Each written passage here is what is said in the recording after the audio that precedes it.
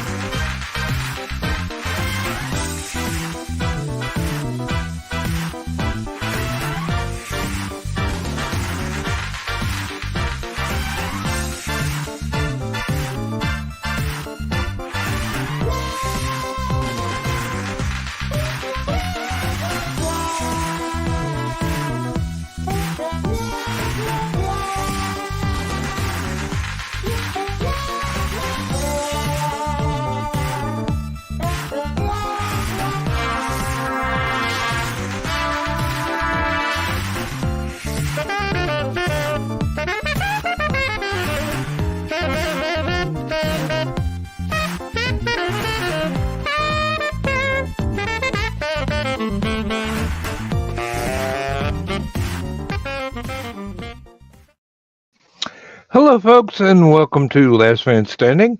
At the moment, I am all alone. Everybody has been calling in tonight just a little bit early, but Rich may show up um, in a few. Joe Bachman has gone to bed because he's had a very, very full day. Dawn and Donna are still recovering from the NDCD Con this weekend. Uncle Carl probably has been herded to bed by the cats. So, if so, I'll vamp for a little while, and when I get tired of having nothing to say, I'll go run the end credits. But that's neither here nor there. If you missed Stupid O'Clock tonight, it was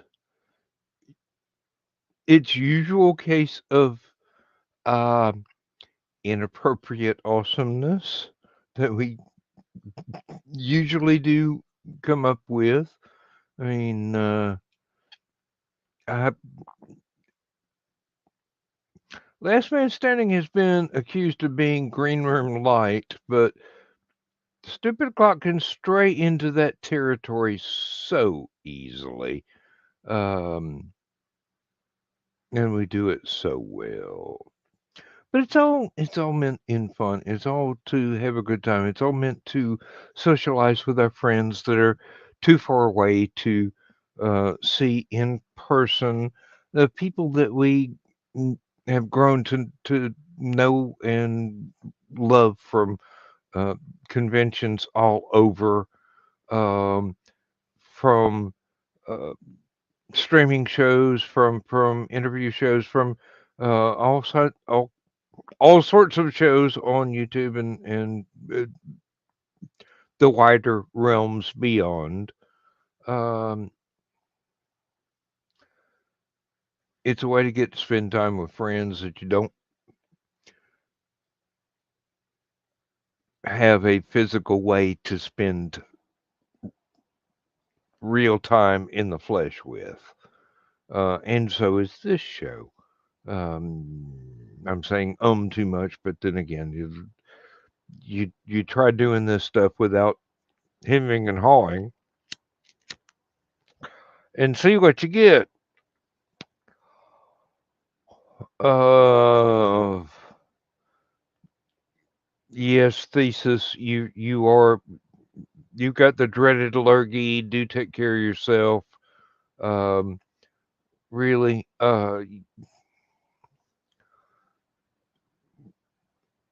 it's fine. It's absolutely fine.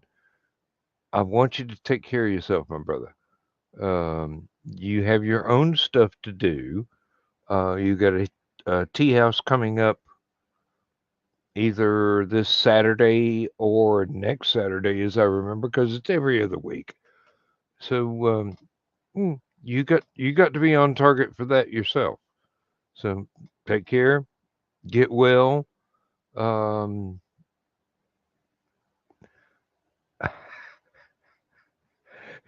I don't know how long of a show I can do by myself, but I'm certain someone will appear by hook or by crook. Um,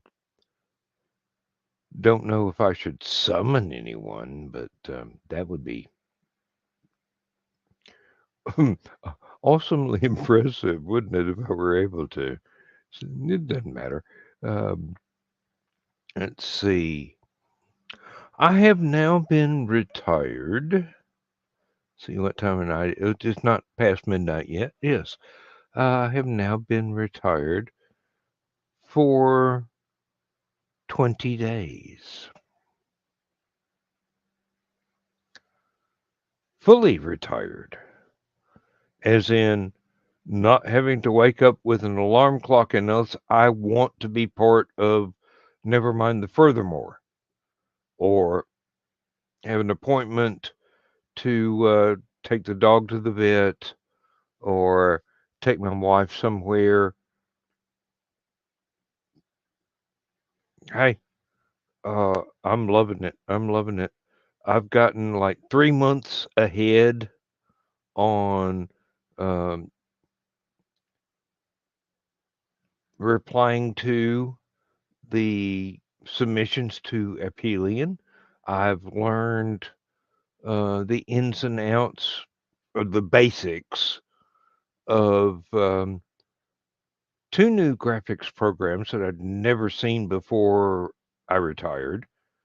And I am slowly learning the ins and outs of OBS to do a recording of me actually composing music because several people have been asking for me to do this thing to show off how I do what I do.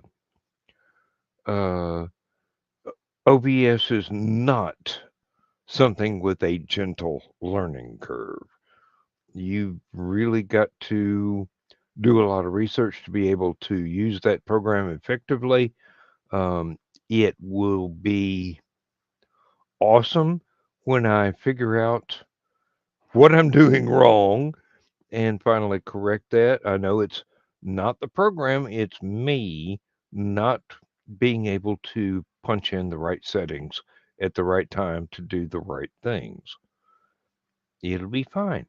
I have time. I've also written a couple of stories. I've written a couple of pieces of music. I did one for thesis for his tea house, and I'm very glad that he did that to use as a soundtrack for introducing all of the short, pointy things in his personal collection, in his armory. I'm very, very gratified that it was good enough for someone whom I admire so well to think that it was worth including in their video. Teresa Dunn, hello. Um, how are you doing? It's been a while, but I'm Okay, hope you are too. Um, we're just kind of proceeding on and vamping as we must in times of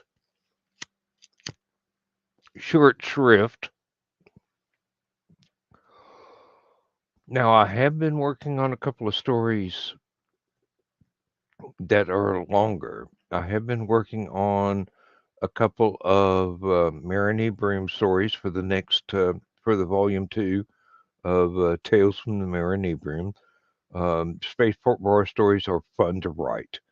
They really are. I enjoy that quite a lot.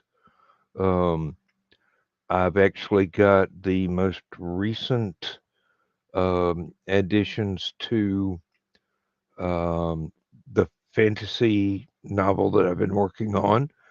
I admit it's been stalled out for a while, but that was my fault. I made the conscious decision to try and make it fit to a formula, and the characters stopped talking to me because they were pissed about that.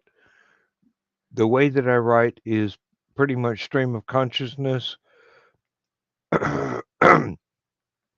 I set up the situations, I do world building, I encounter these characters, and after a very short while, they begin just telling me what they're saying and what they're doing. I'm basically taking dictation, and they are going through the story, and I follow them. When I tried to lead them, they got pissed. They stopped talking to me. They're beginning to talk to me again, but it's more like, are you really ready to go back to what works best? And yeah, I'm ready. I'm ready. I want to finish this. Um, because when I do finish that, I have an oil painting I'd like to do.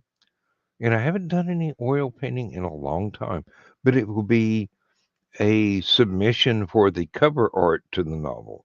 Now, just because I'm the writer doesn't mean that my publisher is going to go, hey, this is what he wants, this is what he gets. No, I have got to do acceptable cover art. And really, the thrill of doing another painting, to um, step back from the auditory or the descriptive parts of what I love to do with writing or telling stories or making music or whatever, and actually get to put paintbrush to canvas is a thrill all of its own. And I have missed that because I have not done it in a long time. I've had an entire lifetime of training of how to do things and create things and use different medium and even uh, in several cases multimedia. And I've missed it. I missed it quite a lot.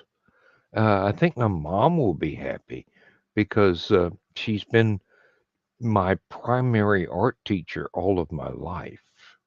My mom, her first job out of well, while she was still in high school, before she ever graduated, before she ever married my dad, her first job was working in a photography studio doing color tinting of black and white photographs using paint.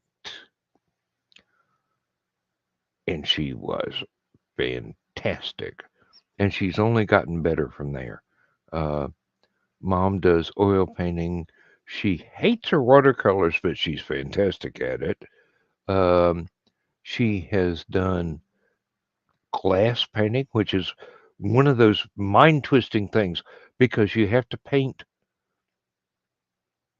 the foreground before you can do the background. It's reversed to a normal painting on canvas. So that's a challenge. That's a challenge. Um, I might attempt that at one time. I don't know. I believe I might could pull it off, but it's it takes a level of being able to think in layers, which a lot of graphic artists that use computer programs will be able to relate to.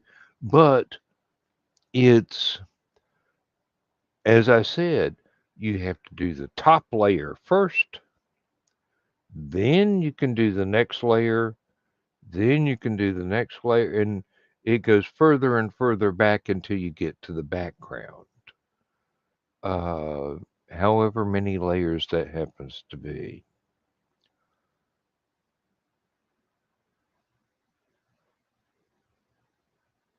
Sorry for the long pause there, folks, but I was trying to collate my thoughts. It's like there's a Rolodex of 10 million things in there that are just spinning around, and I'm waiting on one particular card to show up, but it's more like a roulette wheel. And I'm betting on the color purple and the number 45, and that won't work. Whatever. Roulette wheel is probably not the best. Is it allegory or is it simile? Not sure. Doesn't matter. It was a colorful metaphor, very colorful metaphor. Um, don't think I'm going to write that one down to use in a story, but there are a lot of things that I have written down that I will use in a story later. Someone came up in one of the chats, whether it was live or whether it was text, I cannot remember which. Somebody came up with the concept of a helicopter pirate because they made a typo of helicopter pilot.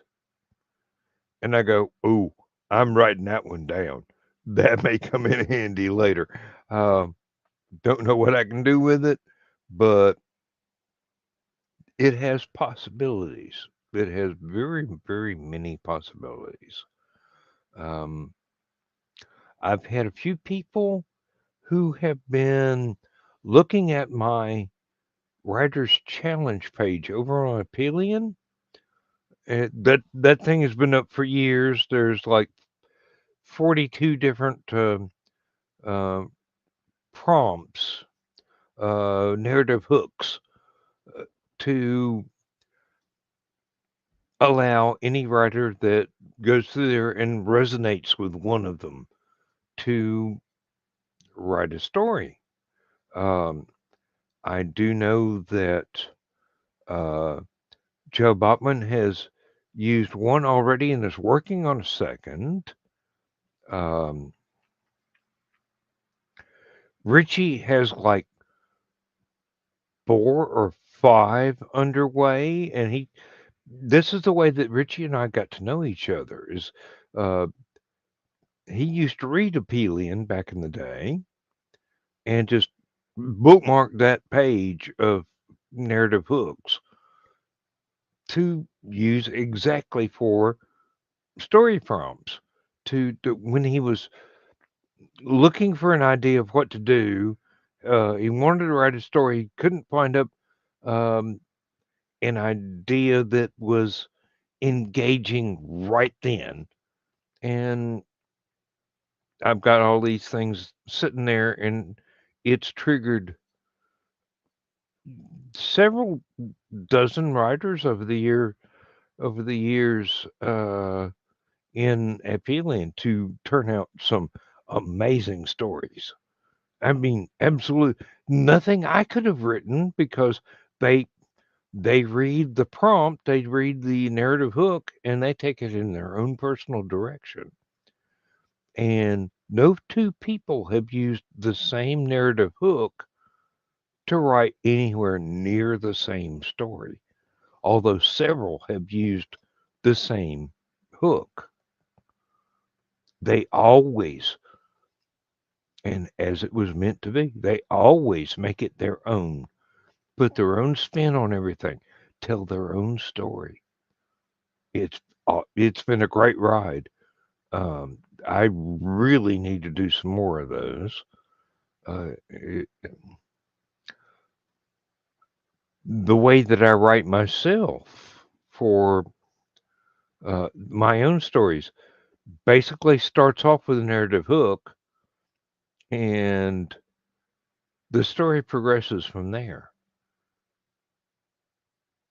Sometimes I have to do some world building because in uh, it's not set in one of my excuse me, it's late, previously established world building scenes.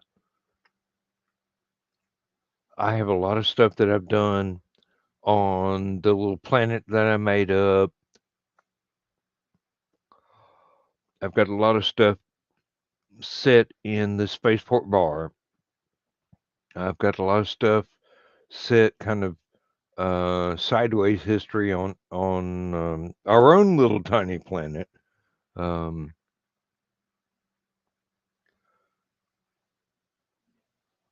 and I've done other things that involve writing in other people's universes. That no matter how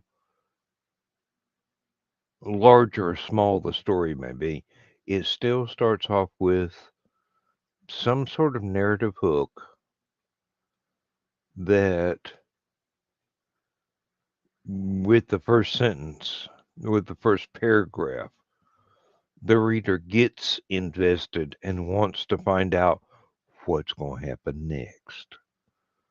Now, blowing my own horn, yes, I'm pretty good at that. Uh, doesn't mean I can develop a full story from that narrative hook, but it means that when I use narrative hooks that I made up and turn out a full story, people wind up really falling down the rabbit hole of wherever it is that I wind up the story leading to. Now, I will admit I am one of the world's worst at coming up with believable villains. So usually my best villains are some sort of natural disaster that doesn't need a speaking role.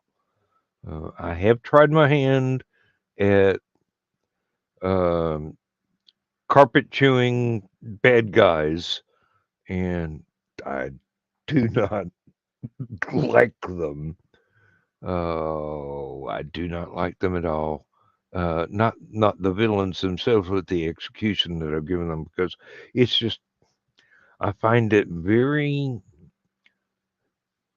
very disturbing to get into the mind of a thoroughly villainous character, even though they are the hero of their own story. And all of the the heroic good guy characters are their bad guys.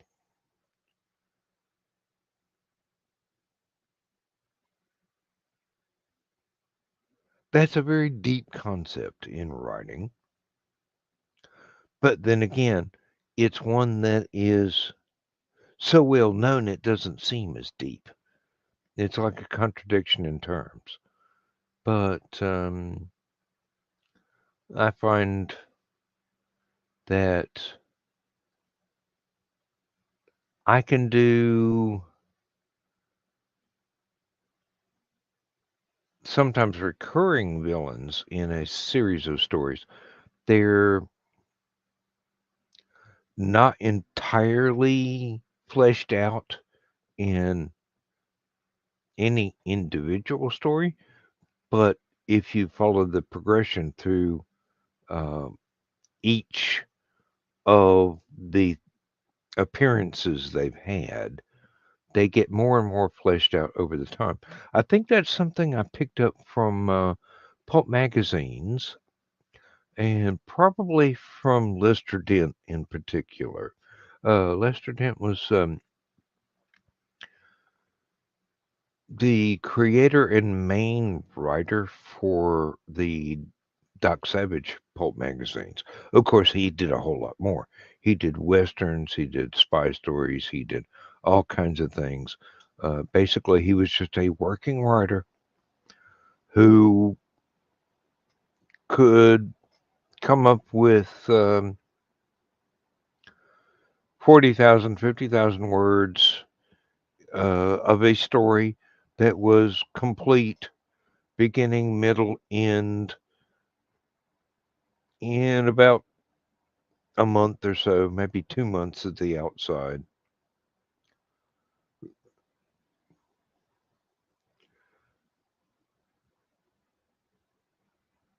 And really, really well. Of course, it was back in the 20s, 30s, 40s. Uh, the the format that was acceptable at those times is a bit different than what we are used to now. Things have evolved, but when you get right down to it, a good story is a good story. I also learned a lot from H. Beam Piper. I also learned a lot from L. Neil Smith. I also learned a lot from um,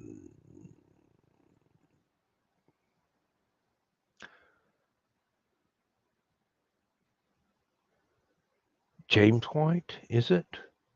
The one who wrote the hospital station stories. Uh, Brian Daly. Uh,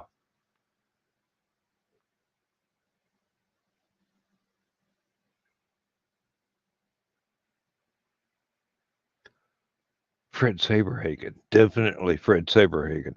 I am a great admirer of having um, Fred Saberhagen do this thing where he would have two different narrators, totally different scenes.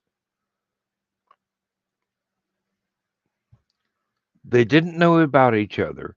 Somewhere near the climax of the story, the two threads combined. And then, as often as not, there were their own individual endings for those narrator characters. Um, I've often admired the ability to weave such a story together. I've tried it a few times myself. I was very young and I did not know as much about writing as I do now. So I didn't do it as well as I could do the same stories now. And those are still on a hard drive somewhere because I've copied them into different computers over the years to make sure they didn't get lost. Um, Now, one thing you've got to understand about me as a writer, it's very visually oriented. I've had a great number of people tell me that it was reading my work was about like watching a movie because the set, the setting, the set dressing, and the characters all work together as if they were cinematic. I took that as a really high compliment. It wasn't something I set out to do. It's just something that apparently I'm fairly decent at doing. And I'll take that. I will take that and I will run with it.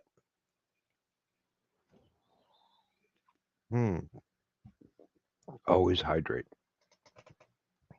especially when talking is such thirsty work. Often wonder how some of the old traveling poets back in the Middle Ages or even further back managed to be able to tell a complete story without becoming entirely too dehydrated to carry on. Um, Copious amounts of water or wine or beer or whatever. Of course, yeah, copious amounts of wine and beer, you wind up getting some um, flights of fancy thrown in there because when you get to the heavier beverages, your imagination takes wings, and doesn't even have to be beverages nowadays, does it? That's a topic for another time, probably not on a public broadcast, but mm, um, the good old days. Yes, I've been to college. Don't indulge in any of that anymore, but um, a lot of creativity had taken place while under the influence of something.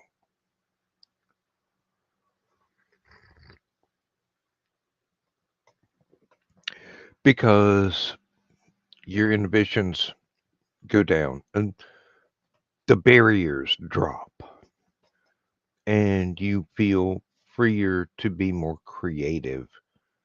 Now, the execution may suffer because you are basically intoxicated, but the creativity is there. And you can, as Nick Tockert always says, you can't edit a blank page. If you get the ideas down, you can go back and fix it later when you're not under the influence of anything except, I really like this and I want to make something of it. I'm going to clean it up and I'm going to straighten it out, and we shall see what we shall see.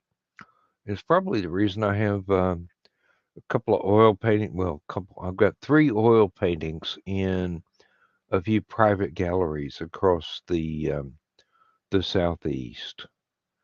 I don't talk about that much. I'm very proud of it, but uh, doing paintings is not my be all and end all, but it's something I enjoy doing. It's like uh, building the our dining room table and the bench seats, or building the all the bookshelves in the house, or you know, screening in the front porch, doing carpentry. There's something I know how to do, and I'm very happy to do it, and I'm proud of the work when it's done. And it's very rewarding personally, not financially, because I don't sell furniture. Um, I I might could, but I would be a whole lot more picky about it than I am for myself.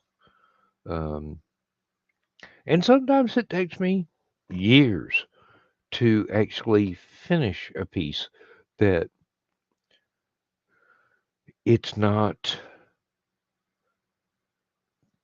painted up or stained or whatever, but it's fully functional and I need it now. So for years, ate supper off of a bare wood table, um, unvarnished bench seats, things like that. Uh, the entertainment center that I built for the house, it started off as something I built when I was still living in in a mobile home. And it wasn't until after I had moved out of the mobile home that I actually stained it and kind of prettied it up a bit because all I needed was functional. Uh, I would have been satisfied with some shelf boards and some concrete blocks if I hadn't been worried that the floor might sag under the weight and all of a sudden the entire TV and VCRs and the speaker cabinets and everything fell down in the middle of the floor. But this, uh, and I've got to thank Lindsay for prompting me to make it into a much more beautiful piece of woodwork. It's actually got trim and solid backing so that the wiring for the stereo and the TV and everything else doesn't hang down against a blank white wall. It's hidden. Does make it a little bit difficult to swap out stereo components that have bitten the dust after long service. Thank you very much. Um, yeah, back in the day, uh, I wouldn't go to a showroom store and buy a cassette deck or um, an amplifier or a tuner or mixing that mixer. Yeah, I started to say mixing board. That's a totally different thing. I would go to I go to pawn shops.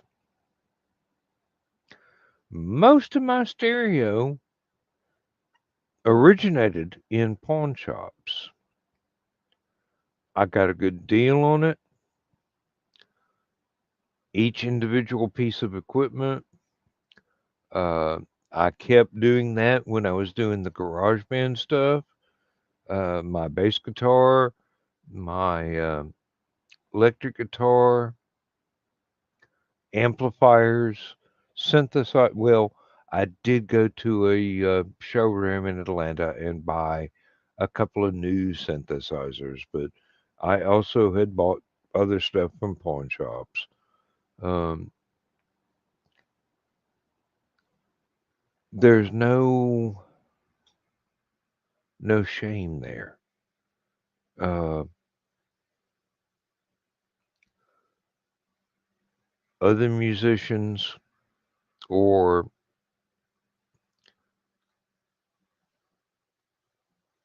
I hate to say wannabe musicians because they probably weren't wannabe. They just found themselves in financial difficulties and had to part with something, usually to finance buying something better. And I bought their cast offs. At one time, the entertainment center had a cable box going to the TV and 4 VCRs so that if there was something on at the same time of something I wanted to watch, I could record from 4 different networks and still watch the fifth one live. Stereo equipment of all kinds. Uh, at one time when I was doing the garage band stuff, I had a full recording studio set up in my living room. That was fun. That was a fun time. Um, I worked with some guys that were they were very much ahead of their time, but at the same time, they were very much trapped in that particular period of time. We did some awesome stuff. We did some great experimental stuff. Things did not work. I got tired of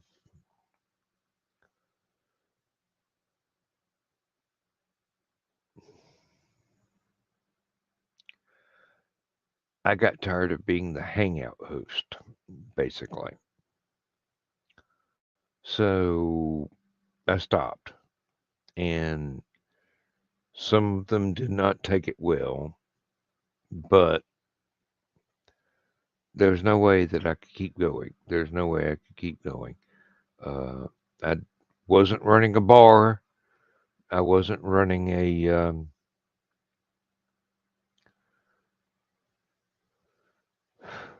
a place to come and eat my groceries and drink my liquor and then drink my beer and then leave, and me having to resupply my own needs. That does sound very, very petty. Yes, it does. It does sound very petty, but I was on a limited budget. I had to take care of myself.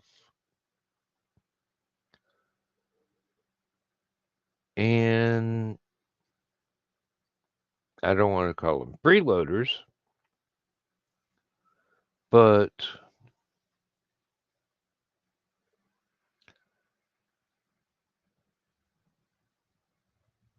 friends who were innocent and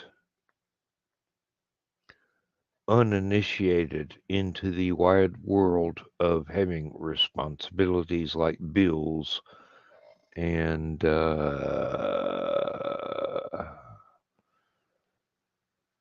recurring debt of various kinds, car loans, um, rent, groceries, whatever, on a limited budget. When people keep showing up and cleaning you out of house and home without contributing anything except music, which, was reason enough for a long time, but not reason enough for me to go hungry or be unable to pay the electric bill or being unable to pay the rent. I had to call a halt to that. Didn't like it. Uh, let a few people come back and kind of trickle in that were more used to contributing. And we did some more stuff and got some more really brilliant music out of it. But just finally, it all drifted away. I think the first time I got married was when it totally put an end to doing the garage band stuff because I had a wife, had kids to support. Well, stepkids, technically. I hate that step word. If I raised them, they're mine.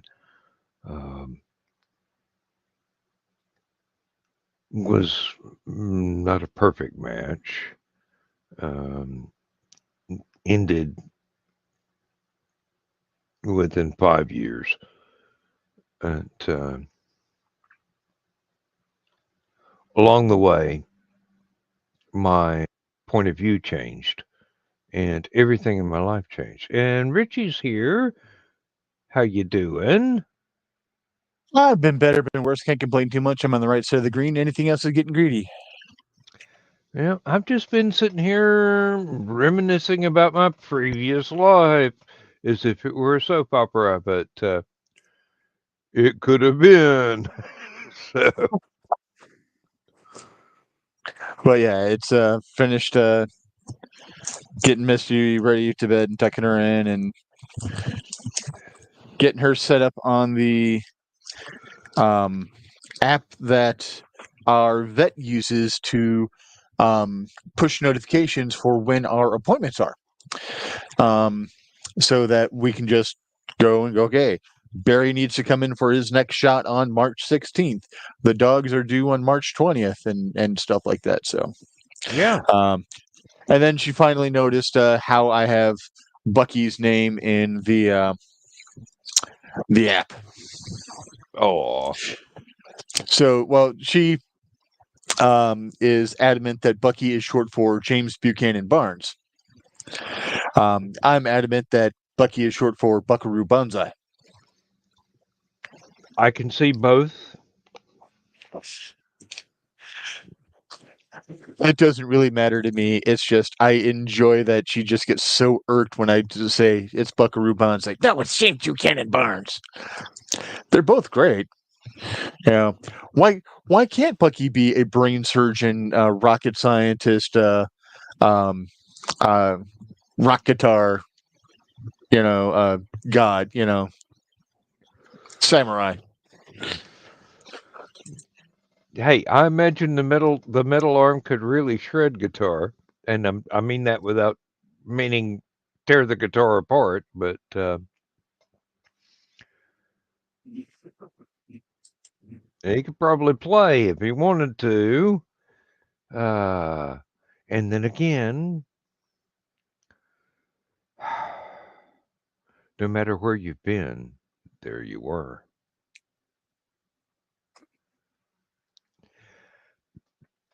Winter Soldierized it a little bit, but Just a smidge, yeah. it works. It works. I wound up talking about the writer's prompts a little bit. Uh, I know you've got a few things in the works. Um, that reminds me, I keep meaning to pull up the one that Joe sent me a little snippet of, so I could read it. And All right, Dan. You want a taste? Something I started working on the other night. oh yeah, Farron gasped in pain as the world came back to him. Acrid smoke burned his throat and lungs with each breath. Heat washed over him. Lumber and rubble pinned him to the hold of the airship. He couldn't think clearly enough to what happened. He watched as the flames slowly crept towards him. Farron knew that death wasn't far off, so he closed his eyes and prayed. The weapons deck behind or below him started to rumble as the kegs of black powder began to cook off and explode. Right then, hell opened up and spat out a hero. Well, actually, a heroine. A voice called through the hold. Farron Halfblood, you have been claimed, but your time is not nigh. The bulkhead screamed as it was pulled away, and there she was. The mixture of smoke from the fires and the sudden light glaring in Farron's eyes made her hard to make out, other than she was tall. Inhumanly tall. Dad's side of the family tall. I love it. I absolutely love it. Oh, you took that and you ran with it. Keep running. Oh, there's another paragraph or so that I'm still thinking about. I'm trying to figure out how to best do it. I've got it. Not liking it completely, but it's there. It gets the story moving to where it needs to go. So again, I'm going to get past that, and I'm going to see where everything is, and then try to dial everything to be more exactly where it should be. Yeah, editing is a thing. So, And but I have been working on Hell Opened Up and Sped Out a Hero. I started this just the other night. This flavor of it. I've got like 4 other attempted starts. hey, and they're each equally valid and may eventually wind up being.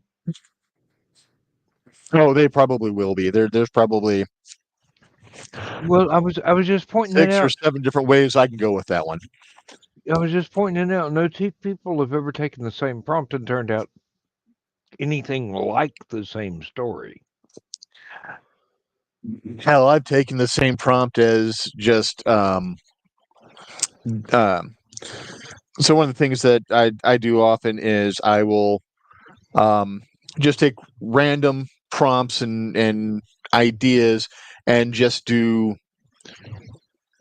try to write 500 words off of this today, or write this many words off of this today, just to do the exercise of keeping to write so that I can try to stay in that habit and keep working on my writing and stuff like that.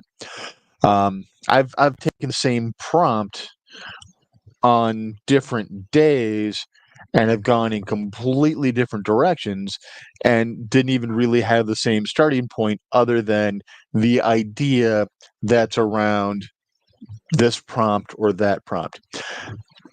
And honestly, Hell Opened Up and Spat Out a Hero is one prompt that I did use on a fairly regular basis for that kind of thing, for greasing the wheels and stuff like that. Because again, it's evocative, but it's not painting yourself into a corner where you have to go this way. You have to go this way. You know, it brings in that feel. It brings in that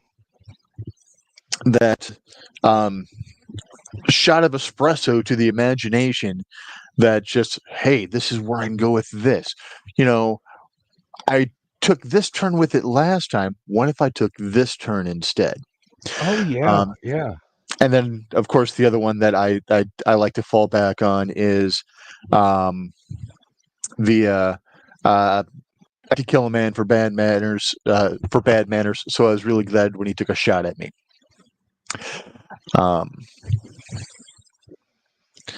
And then another one was being a wizard is centuries of extreme boredom interspersed with moments of sheer terror or something like that. I don't remember exactly what it is off the top of my head because I haven't used that one in a couple of years. Yeah, that's pretty close. And believe me, I haven't looked at those except when I was using them uh, since I posted the page.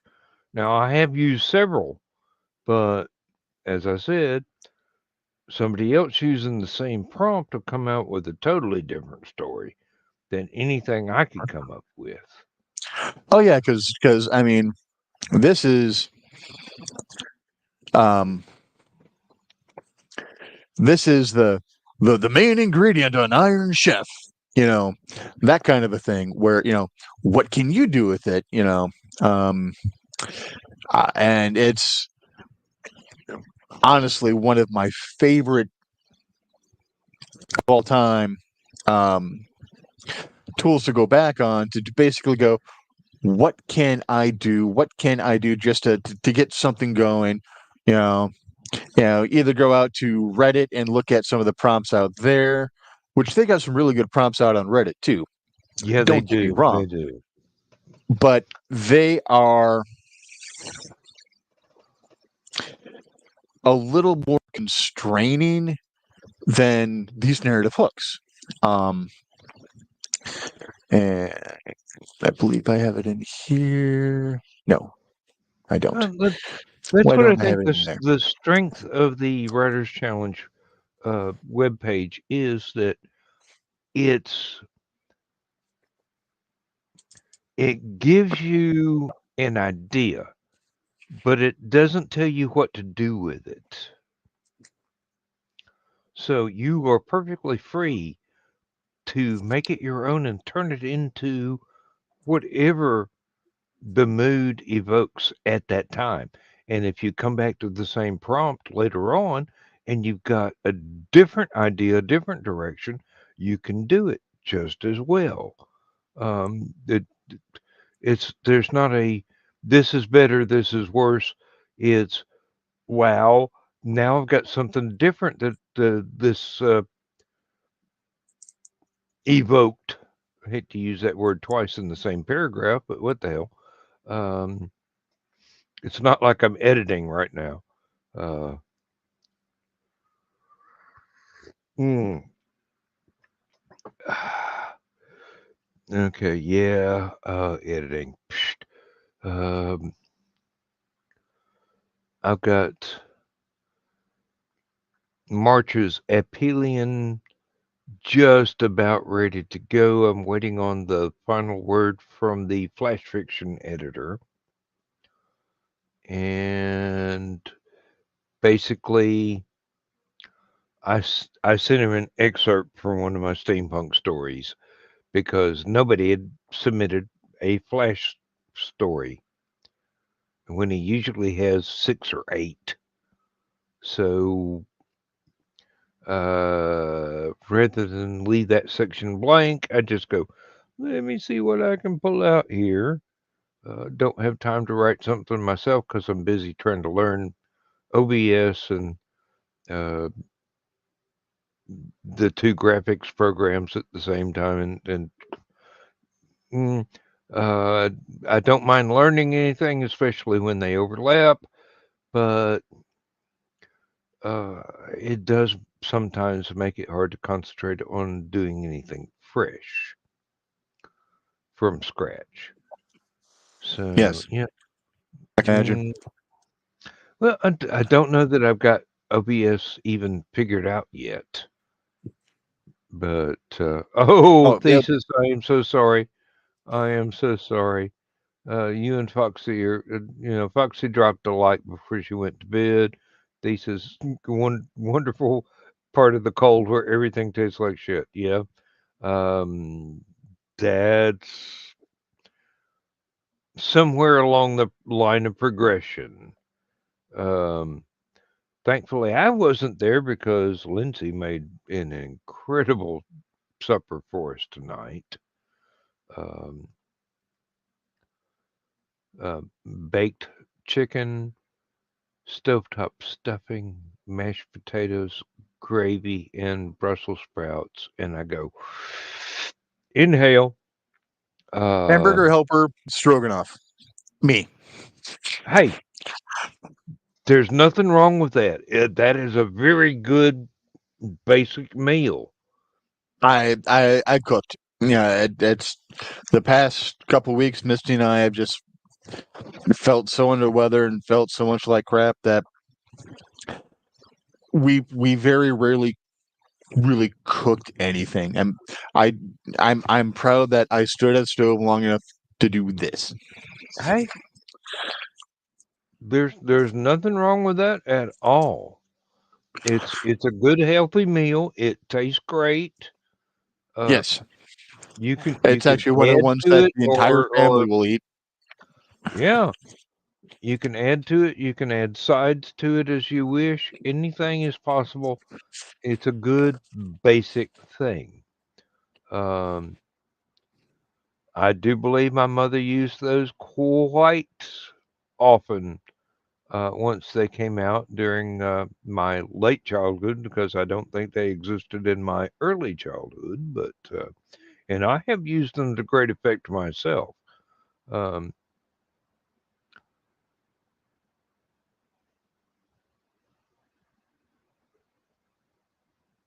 Great way and to stretch an now I envelope. feel guilty because I didn't cook for Lindsay. She cooked for me. Um I don't get to cook for her often enough. I do need to rectify that. Um, I have a very limited repertoire of stuff I can do, but the stuff I can do really well, and she enjoys it immensely. Mm, as long as I don't spice it up too much for her. Well, if you want ideas on expanding your repertoire, we can talk. Oh, Um, I've got an entire shelf of cookbooks here.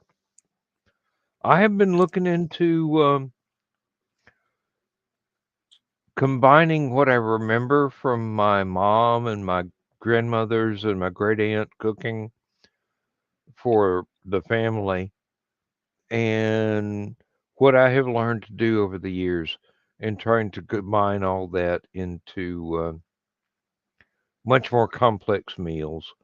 Um, What was the last thing I cooked? I think it was uh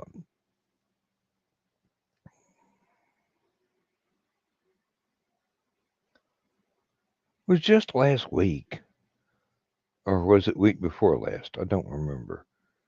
But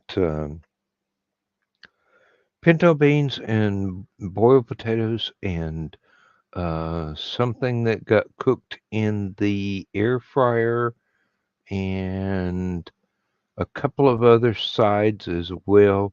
And I thought, hey, this will last us a couple of days. It disappeared overnight. Between Lindsay and I, it was gone. There were no leftovers.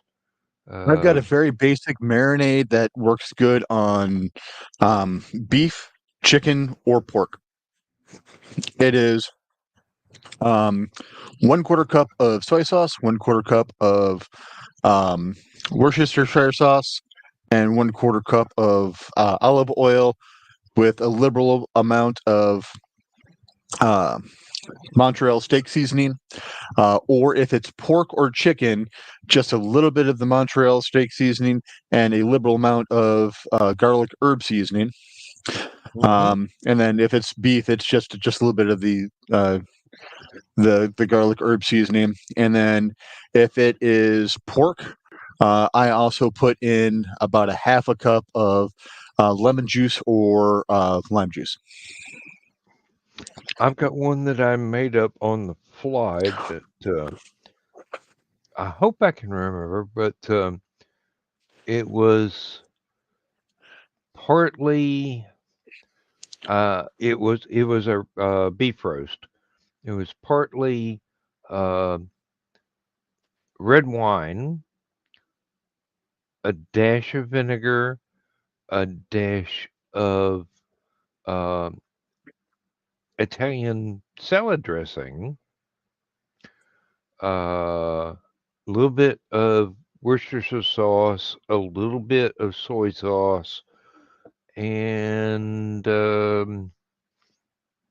I'm sure there's something else that I can't remember, but it was basically put all that in a 2-quart Ziploc, put the meat in it so that it soaks, turn it over halfway through the day, let it sit overnight, turn it over again in the morning when you get up, turn it over again, just so that it has a We chance to. turn ours every like hour or two. We put ours in a gallon bag and then we put the meat in after. So I'm put all the liquid and everything in there. Then I mix it up. Then we start dropping the meat in and we Mhm. mix everything around and we sit it on a plate. And of course, Misty keeps sticking it in the refrigerator. I'm like, with as much acid and everything that's getting in there, there's no bacteria getting to the meat. It can sit on the counter for a little bit. Yeah. But she keeps sitting it in there so that the olive oil solidifies because our refrigerator's so cold. I'm Yeah. like, that doesn't do any good. It doesn't keep things liquid so things soak in. Um, but yeah, um, so I'm like, all right, it's everything solidified. We got to take that out. Yeah, but I flip mine probably every couple of hours, and then it's in that marinade anywhere from 6 hours to 24 hours or so. Yeah, I think 12 to 24, but constantly turning it over, flipping it so that you can't totally fill the baggie with marinade. Yeah, Otherwise, the meat itself would lose its flavor. But I think it was um, a pot roast. I'm sure it was, and it got at least 12 to 18 hours in the marinade, and then into the slow cooker, vegetables, And with the acids that's in gravy. there, that does a real nice job of breaking down that connective tissue so that it just becomes Oh, so tender and flavorful. It's not even funny. I did not even need a knife. It came apart with a fork. I mean, You look at seriously. it and it melts. Yeah. Um, I do have that. I'm not going to go there.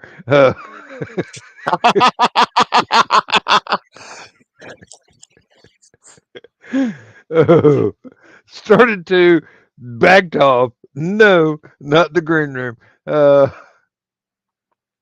Besides, there's no lady here to embarrass. Uh, mm, But yeah, but apparently my mother-in-law thinks that marinade is the best thing she's ever tasted as far as um, uh, applying that to meat. Again, leaving that for that anywhere between 6 and 24 hours ish at least, time frame, and then cooking it on the grill. She thought that was the best mhm. pork chops that she'd ever tried.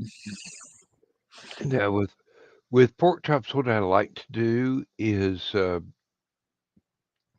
buy some sauerkraut and layer the sauerkraut and the pork chops in the slow cooker and let it go all day long. And then towards the end, go ahead and throw together some sides. Um, and when you do it right, the pork chops just melt off the bone. The sauerkraut is just there is an accent mostly, but Now, do you do what the package says and drain all the liquor off of the sauerkraut and rinse the sauerkraut before, you know, cooking it? Or are you, like me, just open the bag or jar or whatever and just, there we go? both depends on what I'm in the mood for. Depends on whether it is in the slow cooker or on the stove. Um, if it's on the stove, probably going to drain the juice off, but it might get added back later.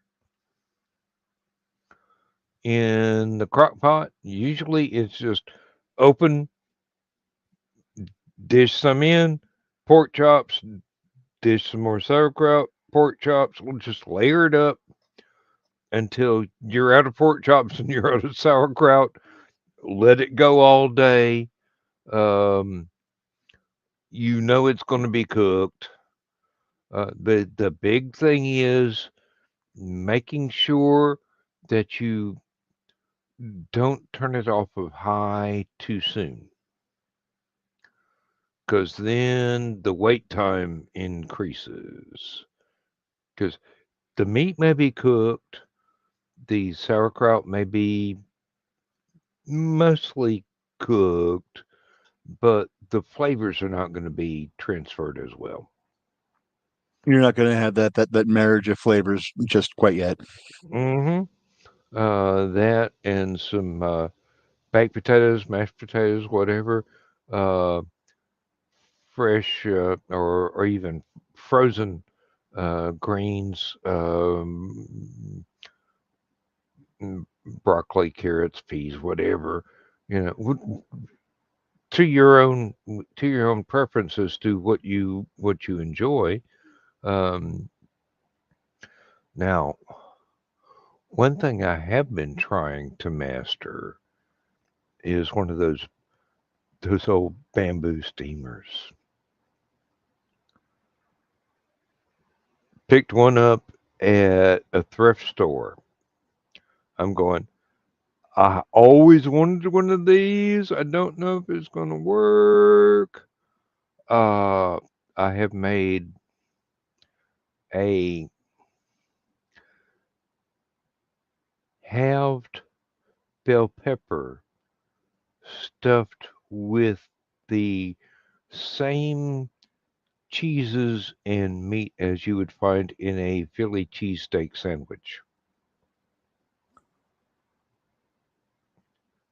Get the bell pepper steamed, start layering in the cheese and the meat, stick it in the oven for a little bit to warm the meat and melt the cheese, pull it out and devour.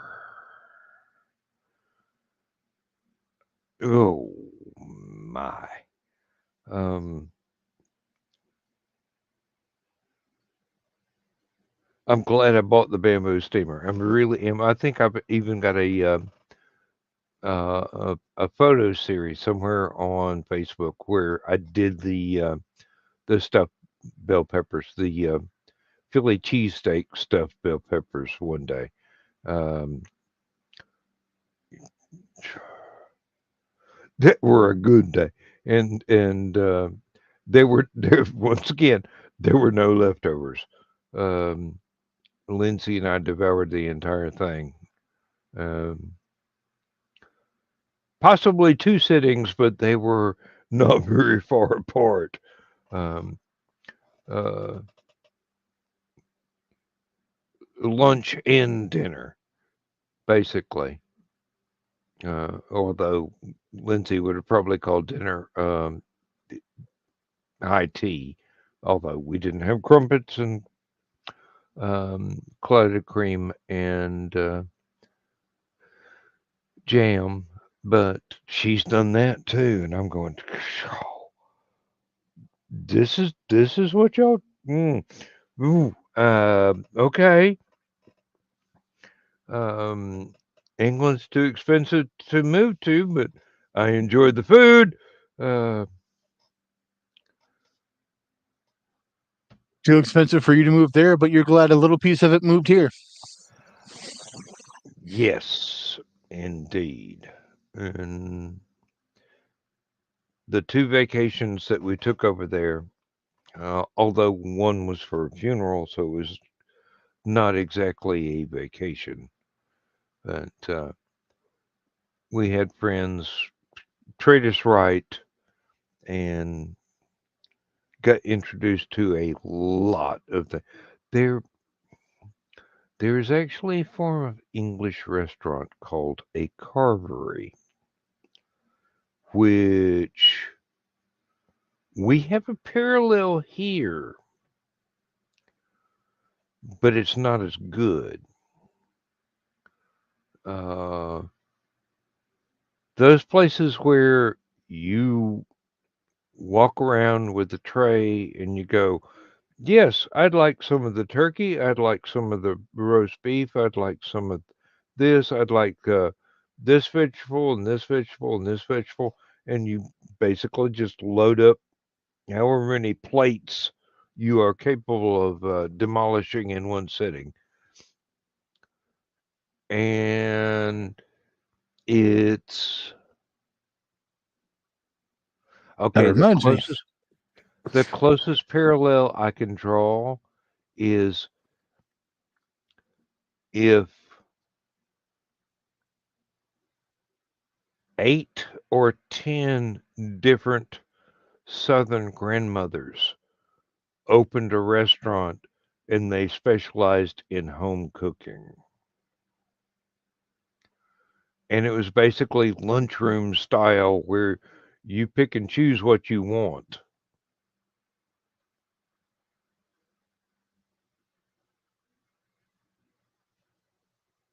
And everything turned out to be like a Thanksgiving or a Christmas feast. And they do this every damn day. Uh, that's what these places are like over in England. They are just You talking amazing. about that reminds me of Fogo de Chao. Um, I don't know if they've got any around where you're at, but up here, I can't remember the exact name of what they're supposed to be, but basically it's a Brazilian steakhouse where it does exactly the same kind of thing, where they're walking around with skewers of filet mignon and other cuts and stuff like that. Mm-hmm. and it's like, here you go. And it's it's a pricey little place to go. But it's worth it. Oh yes, oh yes. So for Christmas, I bought my son and daughter-in-law a gift certificate, and my brother-in-law and sister-in-law a gift certificate, and I also got a gift certificate of that value for Misty and myself. I just realized and remembered that I have 26 days to go and use the bonus gift certificate that they sent me because I spent so much money that like, here's $100 gift certificate for you on us. So I've got to spend that by the 25th of March. That $100. The rest of the, you know, the bigger gift certificate that I bought for Misty and I don't have to spend for a while. But you saying that, I'm like, that reminds me, I've got to go and we've got to do this so You've that got to go. You've can got to go. Start packing now.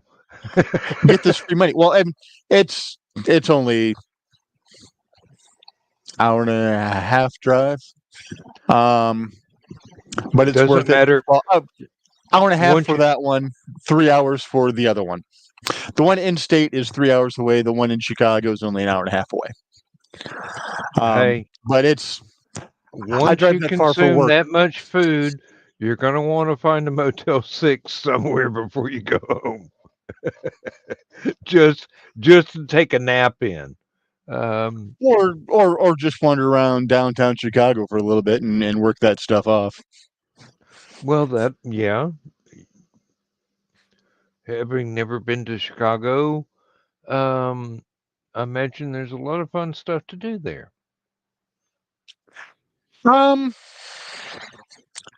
Before I started working downtown, yes, there's a lot of fun stuff to do there. Working downtown, well, again, I really haven't been downtown more than once or twice every couple of months for the past couple of years. So, it's the novelty that worn off is starting to be built back up. But yeah, there's a lot of beautiful architecture to look at. But again, working downtown every day for so many years and walking miles to get to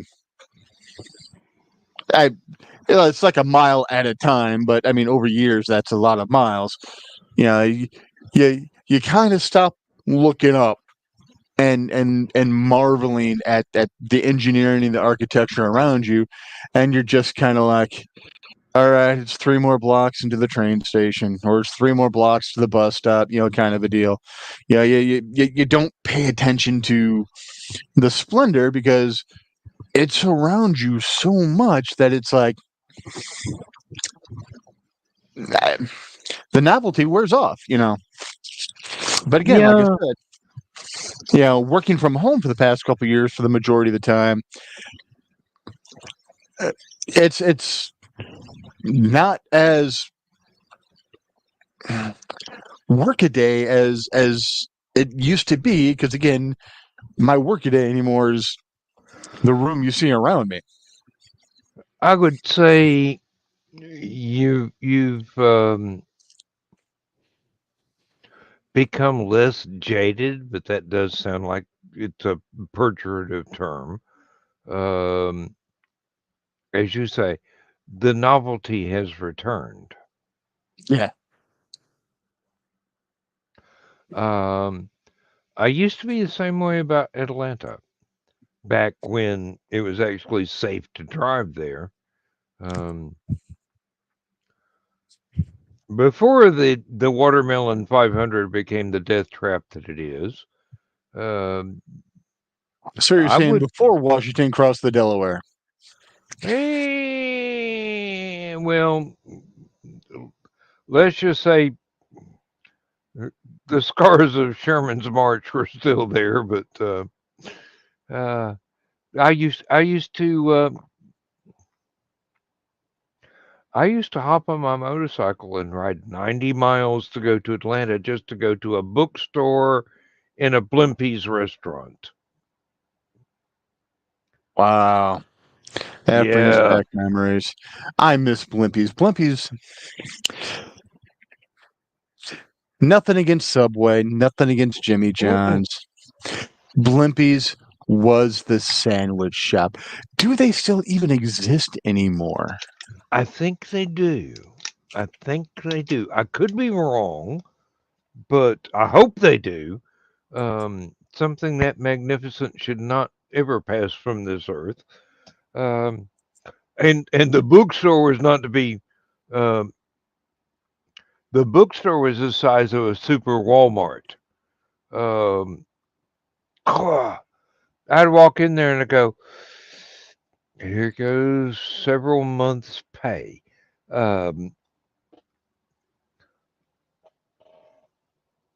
oh, and on the same trips, I would go to uh, visit the home of the fellow who is now the director of the Atlanta Radio Theater Company, and pretty much um, intrude on their privacy. He and his girlfriend, significant other at the time, so that I could go through his Doctor Who videotape collection and see stuff I'd never seen before. Or Blake Seven, which I have the entire series, but he was the one that introduced me to it, along with several other people at the time. Um, it's like, oh, I'm gonna go to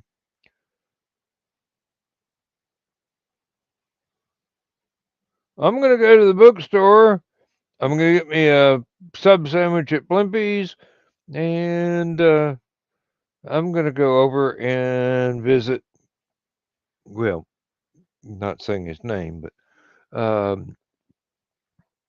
and watch some Doctor Who.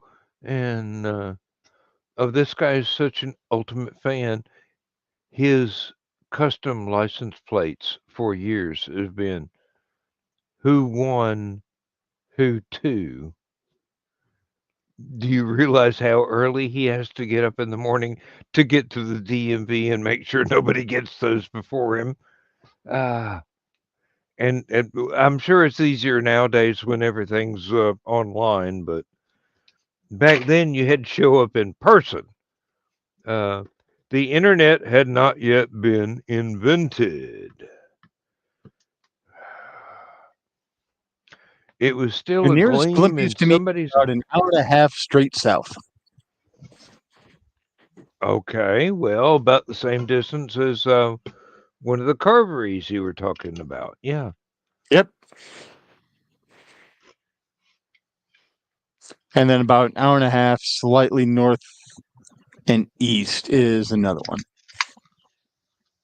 Just a little bit further than the one that's due south of me. So there's one in my state, and then the rest of them are in Michigan and Ohio that are near me. Mm. But We've got there's a new one a coming to Dayton, Ohio, so they are coming back. good. You know another thing I want to see come back? Del Taco. It seemed like back in the day, every time a Del Taco got built and started doing good business, there was a Taco Bell built right next door, undercutting their price, and the food at Del Taco was a dozen times better than Taco Bell. Now, a lot of Taco Bell fans are going to take offense at that.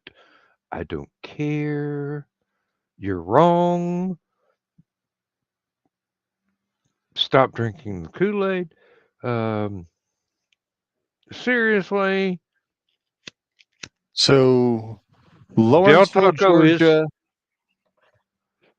Beaufort, Georgia, Gainesville, Georgia, Lawrenceville, Georgia, Atlanta, Georgia, College Park, Georgia, Alpine, Georgia, And Hillisy, Georgia, looks like the closest blimpies to your general area. Yep, it was in Atlanta, just off of Buford Highway, I do believe.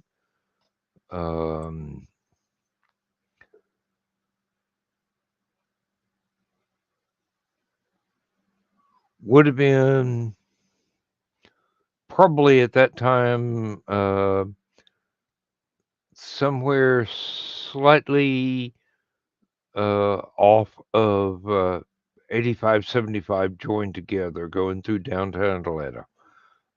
This is 6300 Powers Ferry, Ferry Road. Looks like Suite 400, Atlanta, Georgia.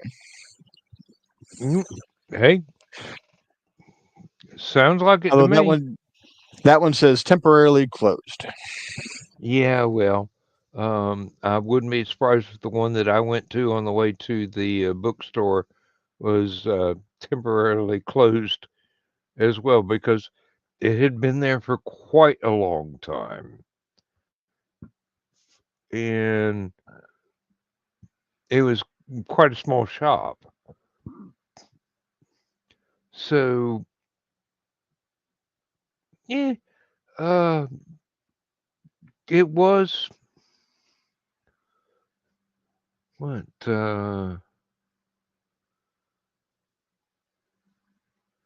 1980 or thereabouts.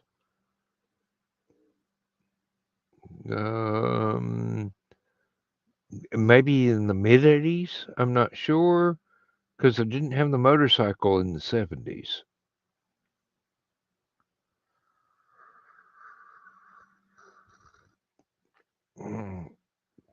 Oh, that's right. It was an 81 model motorcycle, so I couldn't have had it in the 70s. Would have been after I got divorced from my first wife and bought the motorcycle off of her next husband.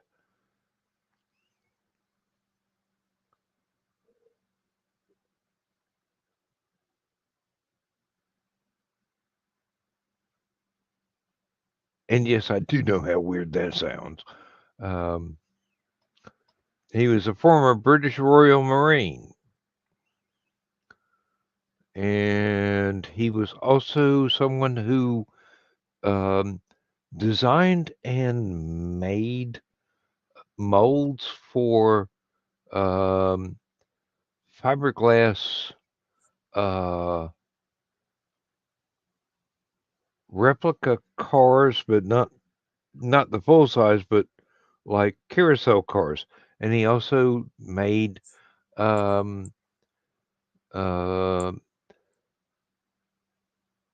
carousel horses.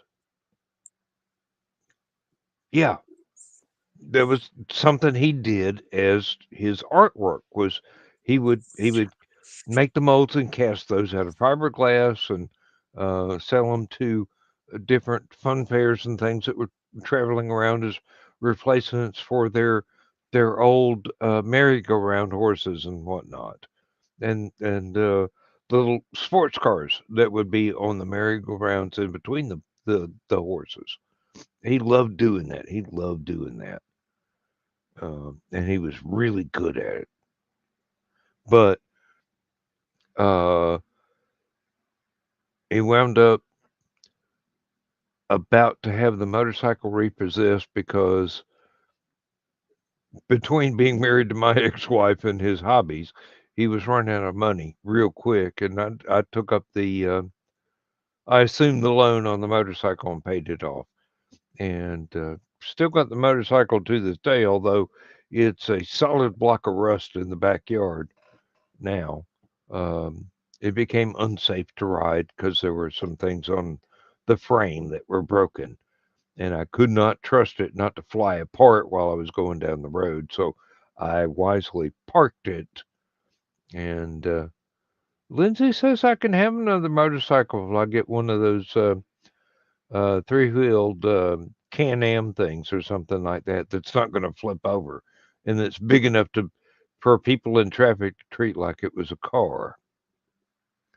I'm going, yeah, great. As soon as I have another $50,000 I could spend on a vehicle. I think they're only about 20.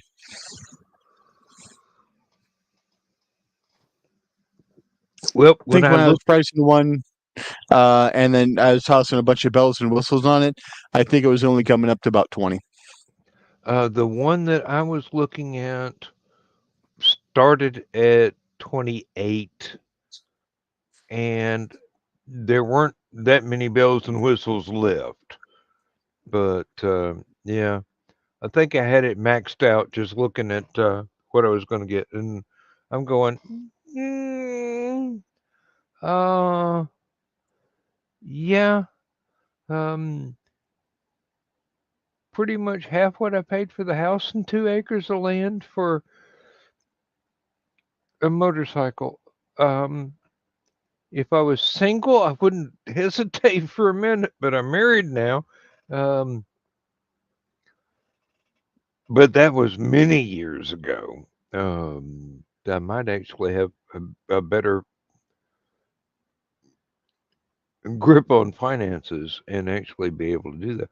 But you know what I would want to do? I would want to look up some of those home build one man helicopter companies and buy their plexiglass bubble to put over the Can-Am so it was totally weatherproof. Your mileage is going to go way down as far as um, or I should say, Aerodynamics. your gas consumption is going to go way up because of the aerodynamics. But yeah, at least it'll be weatherproof. Exactly. That's the one thing I always hated. There was a time in my life when the only working vehicle I had was a motorcycle, and I spent about 3 years, rain, shine, summer, fall, winter, spring, back and forth to work every day on the motorcycle. I got very adept at stopping at a convenience store, buying a 12-pack of beer, balancing it on the gas tank, and riding home. Didn't even need a backpack. Uh, there comes a time. Oh, thank you, Dalton. Oh, I've been to Dalton. Yes, And you'll be back in Dalton in October.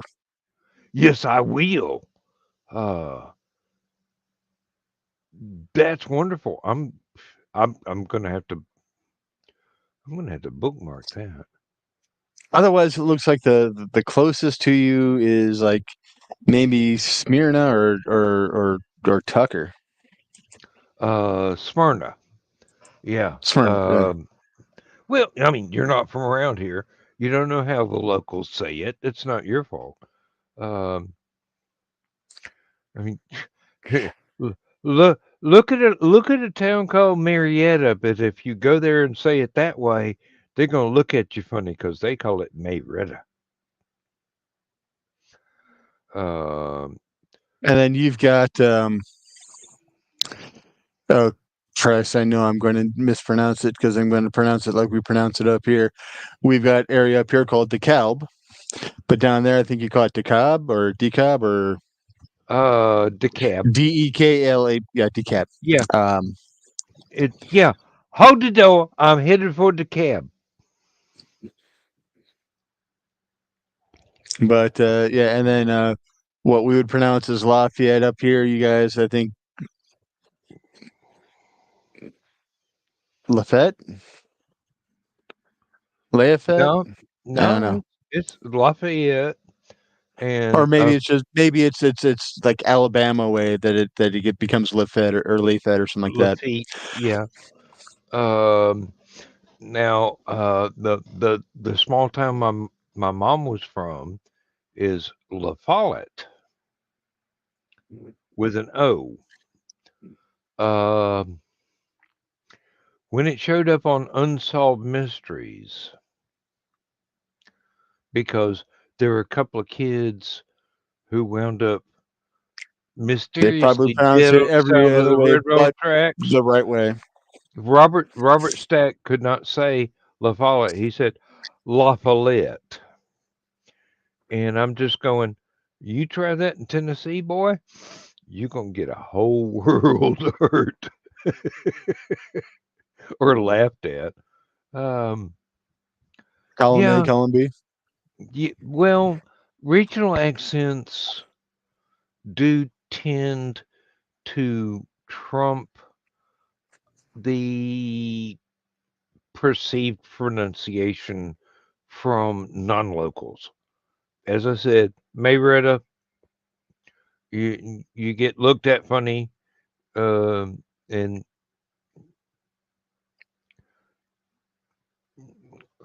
La Follette, it's pretty much phonetic, but um,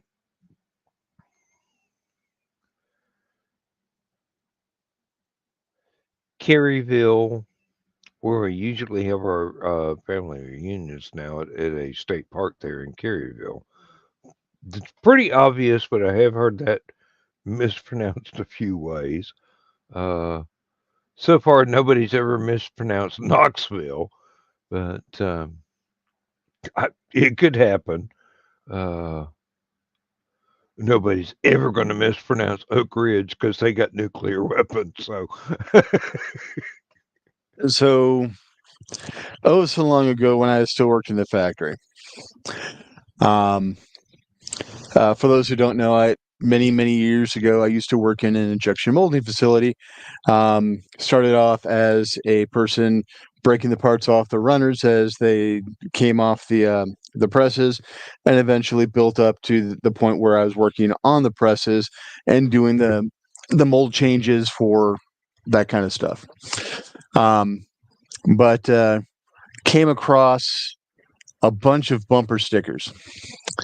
Um, and one of the ones that I love and has stuck with me to this day, or will stick with me to my dying day. I will learn how to speak here eventually. It's not like I do it for a living. Was nothing is foolproof to a sufficiently talented fool, exactly. Exactly. and I've taken that to heart when I transitioned over into IT and help desk. And even though I am now in IT training and I'm instructing individuals, it still holds true to this day that there's going to be someone, they'll find a way to fuck it up. They might be not be trying to do it on purpose, but God bless them, they will. And it's just that's one of those maxims that stick with you your entire life. You know, Hmm. and then I had that prominently displayed on my toolbox. Uh, I think the most relevant thing that I can remember in that vein is um, someone at a call center the first time ever having to deal with someone who calls in and says, I broke my cup holder.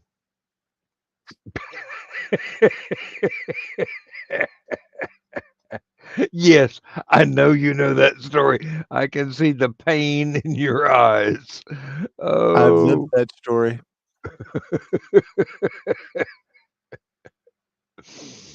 yeah, I've lived that story. that's definitely an ID10T problem. Uh, Well, granted, that person also passed the bar before my birth.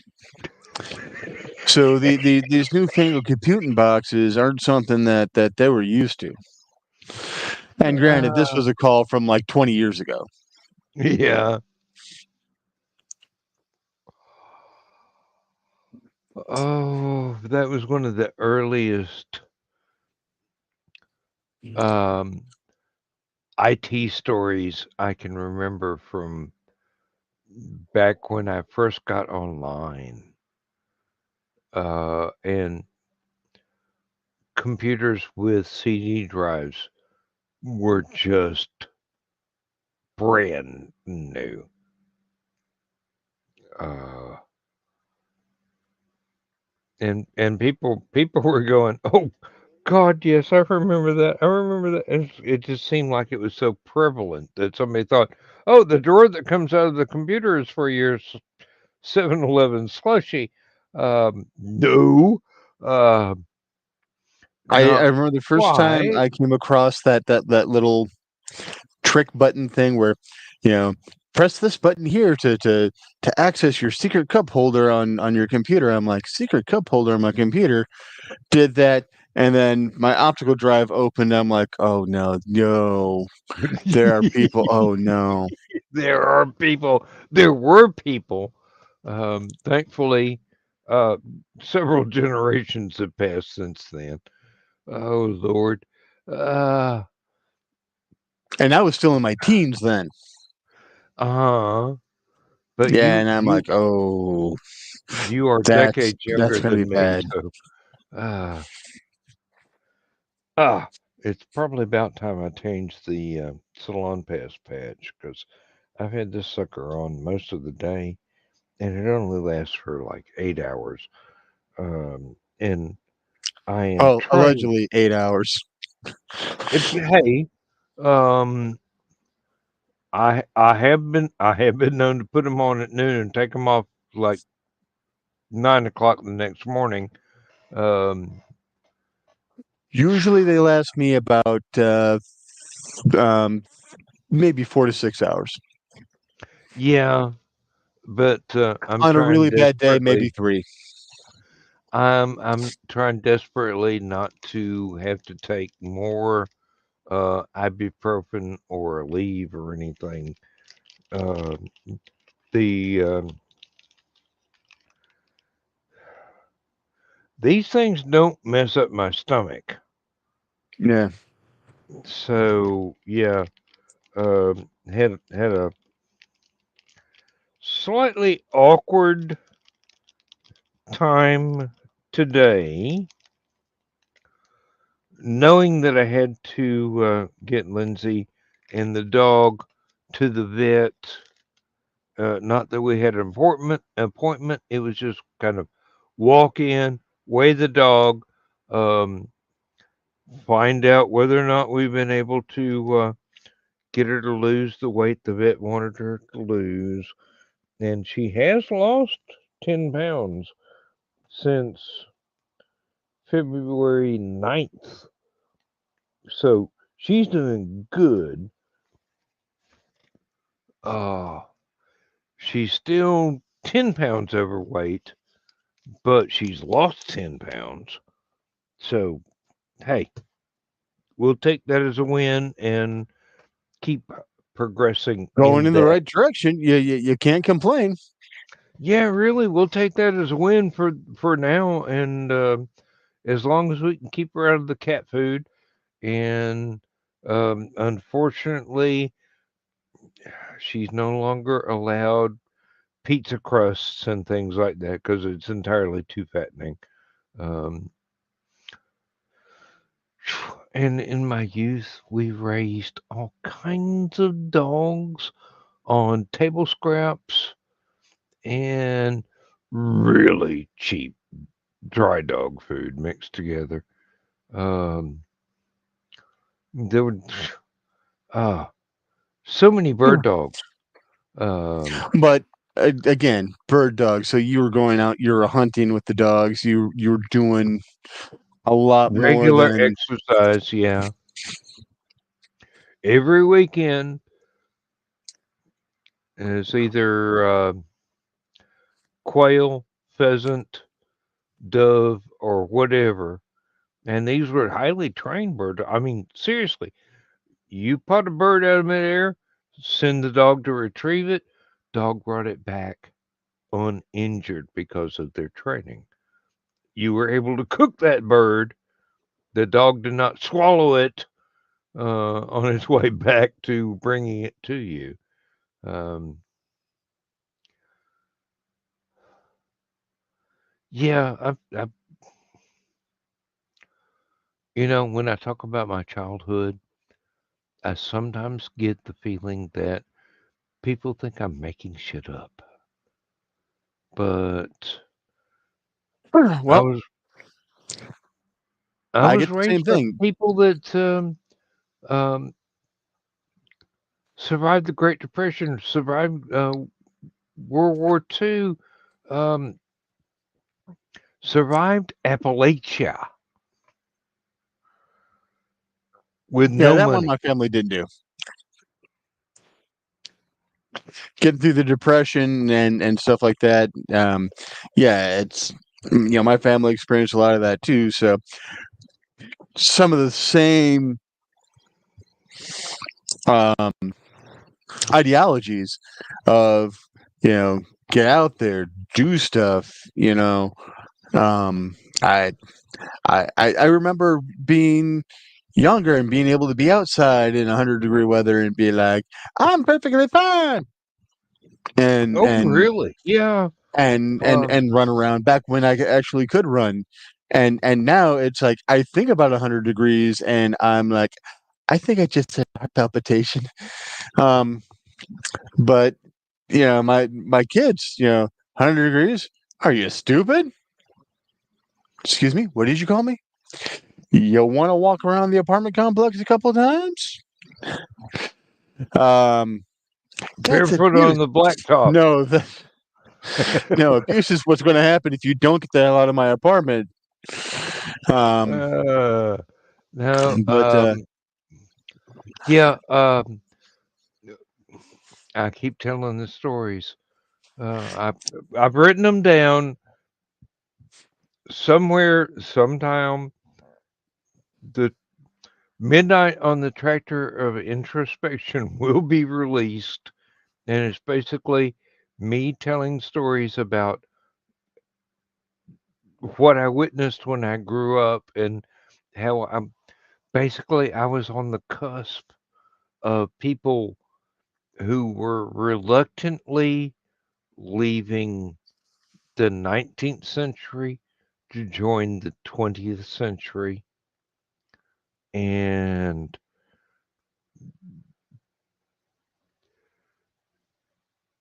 there were all these. When I was a kid, I'd go visit one of my grandmothers. There was an old, what would have been at the time a shopping center,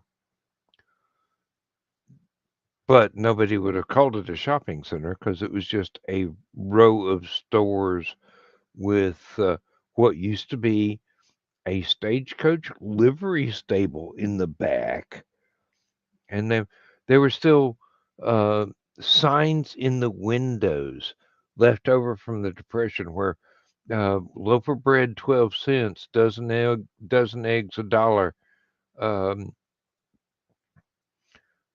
empty stores. I mean, totally empty storefronts.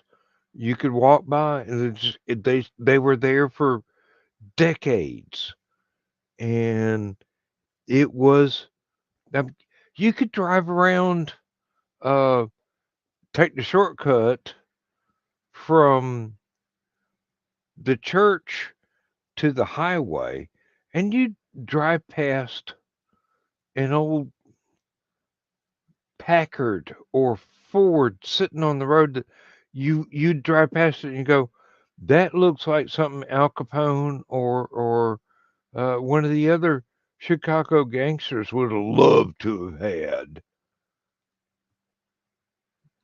Just decades earlier, models of cars sitting there rusting away. Should have been in museums, but no. Uh, it was, well, both sides of the tracks were the poor side of town. But nobody had time to look down on anybody else. They're just trying to stay alive.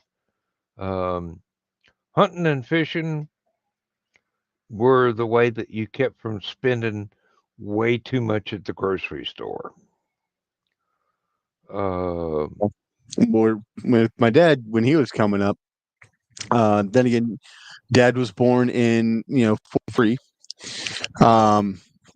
My mom was born in 44, so their tail end of the depression is the stuff that they were dealing with and stuff like that.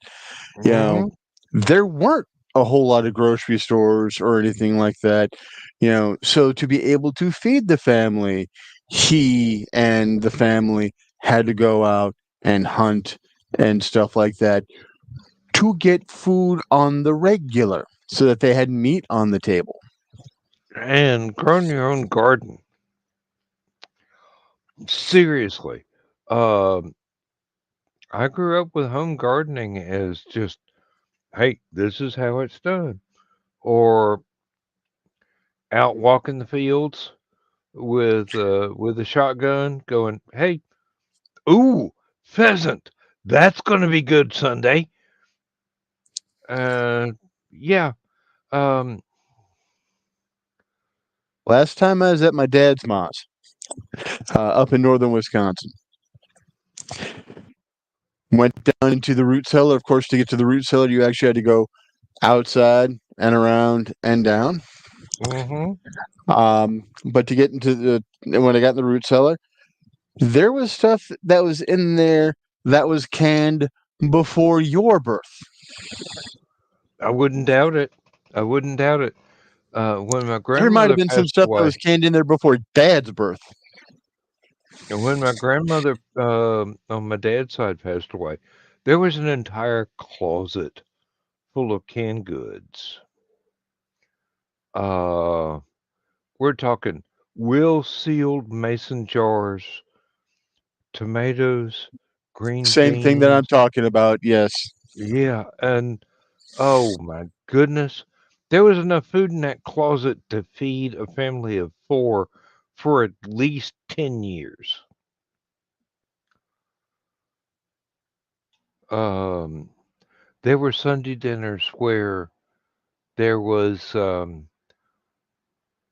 not only ham and venison and pheasant and quail and chicken that had been up and running around just the day before.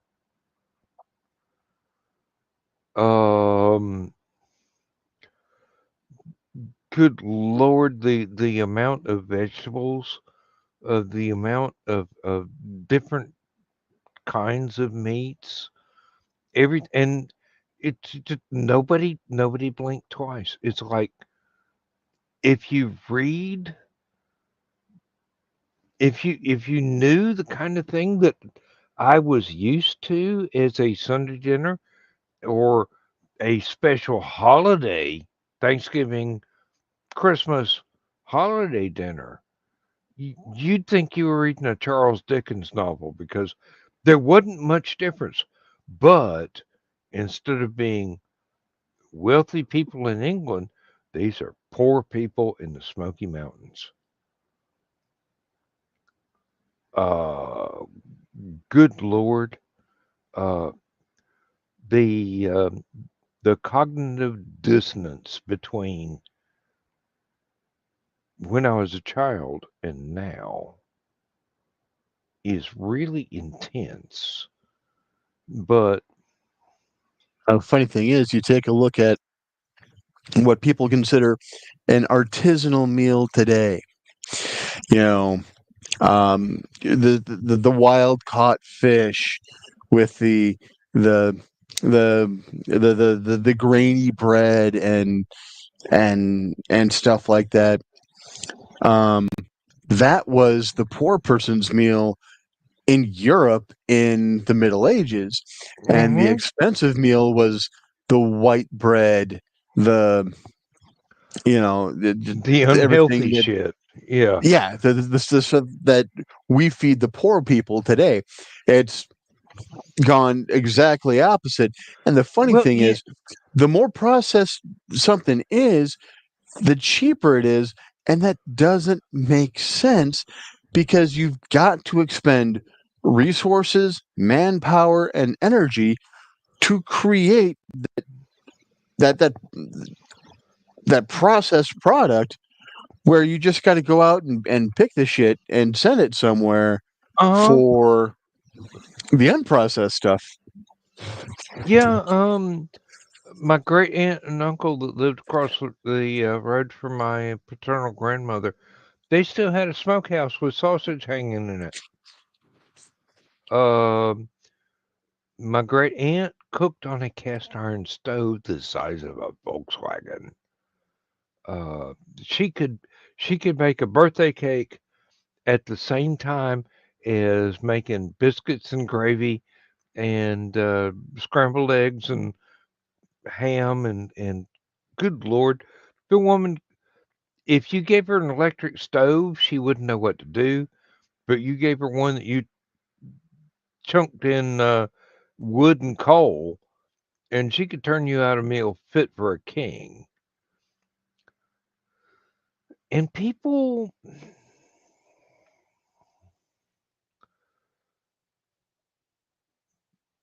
now look at that as the refuge of the poor, and I'm going, we were a hell of a lot richer than what you think we were. Self-sufficiency, use it up, wear it out, make it do. The thing is, people conflate lack of money with lack of substance of life. Now, back in those days, hell, even back in my youth, it's my parents weren't extravagantly rich. I mean, technically, my father was rich because, that is our name. But, anyways, he didn't have a lot of money. My mom didn't have a lot of money.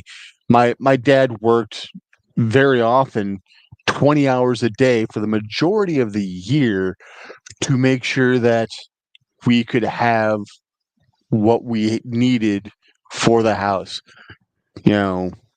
Utilities paid, mortgage paid, clothes on our back, food in our belly, that kind of a deal. And my mom worked in a grocery store, so my mom got a bunch of deals. Because she knew when the sales were coming up, so she knew when to stock up on stuff. Mm-hmm. So I mean, my mom made our money stretch so that we didn't realize how little money was in the bank, because there was always food in the fridge, food in the pantry, food on the table. Mm-hmm. None of it was out of date. None of it was rotten. Now, And my none of it mom, got wasted. my mom did teach me, that, best buy, what we think is an expiration date on many cans is a best buy, or, best before kind of date and stuff like that. That it doesn't mean that the day of suddenly it's rotten. It means that they can't guarantee the quality past X date. Yep. So I've got a sister-in-law that used to work as a store manager, then a regional manager for Burger King. And she's like, "Oh no, you can't eat that, blah, blah, blah." I'm like, "Want to bet I can eat it? You're going to get sick." Want to bet? No. Just because you couldn't sell it in a store doesn't mean it's not fit for human consumption. Take what you've been trained about food safety and go against someone who was raised in the Depression or someone who's homeless. And I bet you're going to see things that are two totally different things. And I'm going to trust the data from the people who had to eat that kind of thing and survive over someone who has to make sure that the burger tastes the most fresh so that they can actually sell it. Yeah. Okay, And Mom's Kitchens haven't turned me wrong yet. we've gone the full 2 hours, so Oh, let's hell. go ahead and wrap it up. Yeah. Hey, thank you for being here. Otherwise, I'd have been stuck going, um, for 2 hours. But thank you very much, Richie. I'm glad that I was able to help out, even though we rambled and went far afield from where you were talking when we first got in here. I don't even remember where you started. We were Um, talking about writing when we first got here, but then, hey, well, conversations when I first evolve. got here, we started talking about writing, but I don't remember where you were starting before I popped in originally.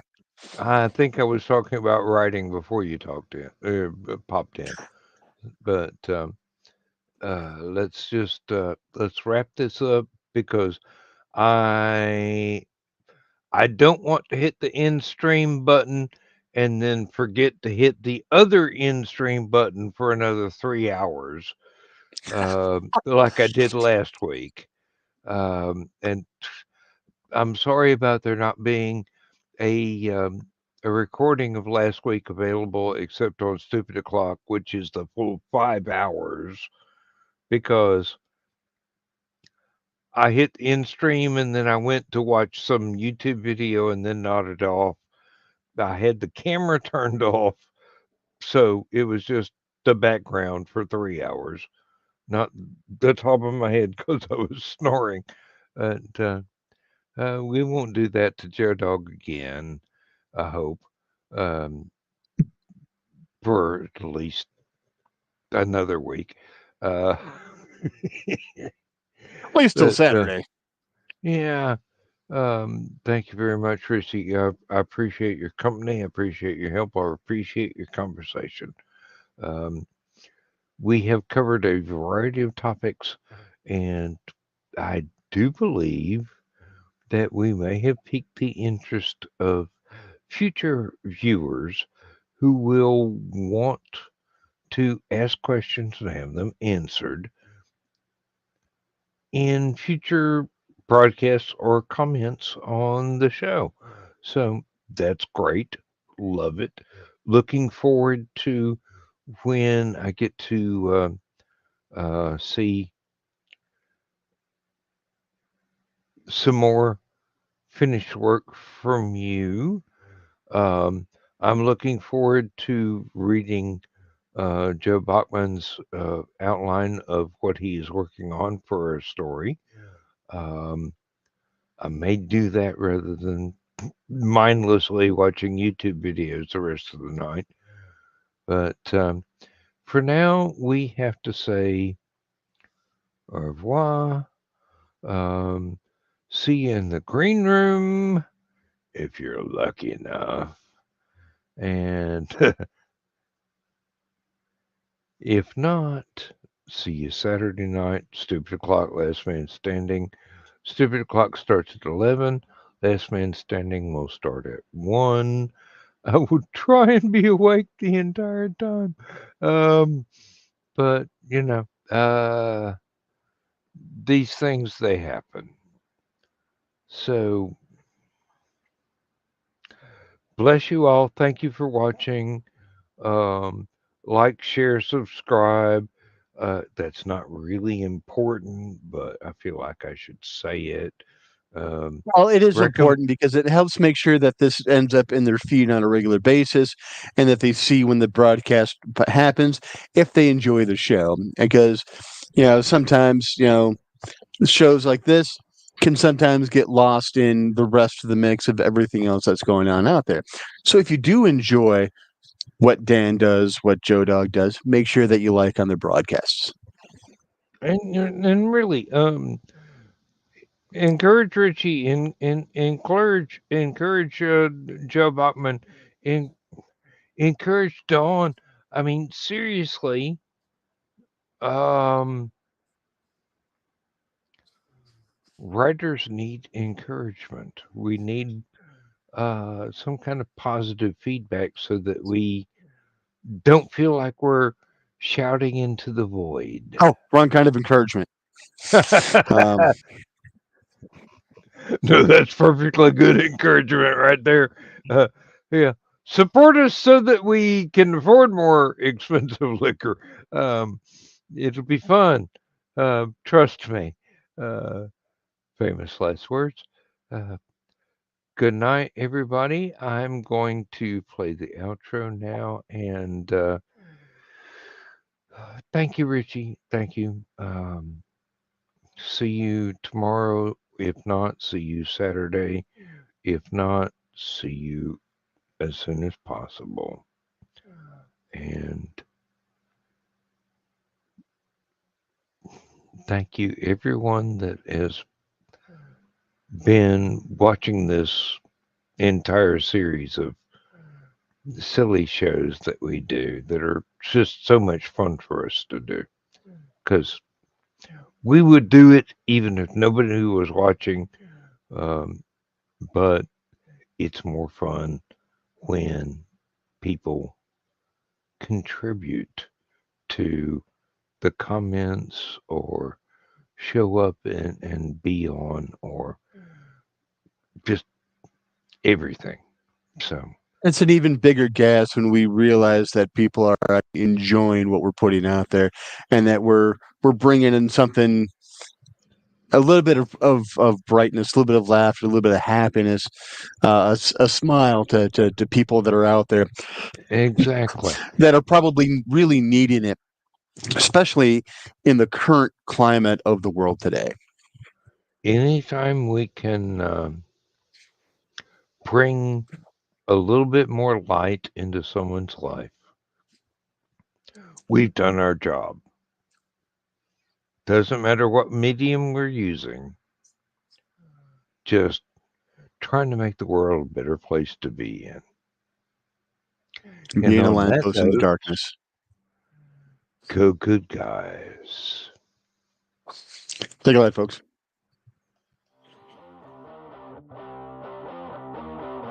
Transmission overload. System will shut down.